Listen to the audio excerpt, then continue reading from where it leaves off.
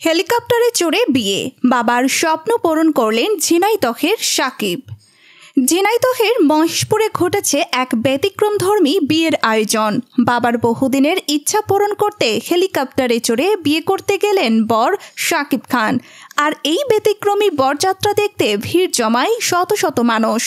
শুক্রবার দুপুরে মহেশপুর উপজেলার ভৈরবা কলেজ মাঠে নামে একটি বেসরকারি হেলিকপ্টার। তখনই চারপাশে ছড়িয়ে পড়ে খবর, বর আসছেন হেলিকপ্টারে। মুহূর্তেই সেই মাঠে জমে ওঠে উৎসুক জনতার ভিড়। বর সাকিব খান সৌদি প্রবাসী বিল্লাল খানের ছেলে। তার বাবা বহুদিন ধরেই চেয়েছিলেন ছেলে যেন হেলিকপ্টারে চড়ে বিয়ে করতে যায়। বাবার সেই স্বপ্ন পূরণ করতেই মাত্র 10 কিলোমিটার দূরের পথ হেলিকপ্টারে পাড়ি দেন সাকিব। কনের বাড়ি চুয়াডাঙ্গার জীবননগর উপজেলার কয়া গ্রামে।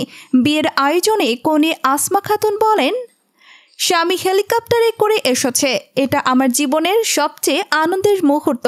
এমন কিছু আশা করিনি। বর সাকিব খান জানান, বাবার স্বপ্ন ছিল আমার বিয়েতে হেলিকপ্টার থাকবে, আজ সেটা পূরণ করতে পেরে খুব ভালো লাগছে। এই অভিনব বরযাত্রা ঘিরে কয়া, গারাপোতা ও আশপাশের এলাকা থেকে ছুটে আসেন শত শত মানুষ। কেউ জীবনে প্রথমবার হেলিকপ্টার দেখলেন, কেউ আবার শুধু এই বিয়ে দেখতে এসেছেন।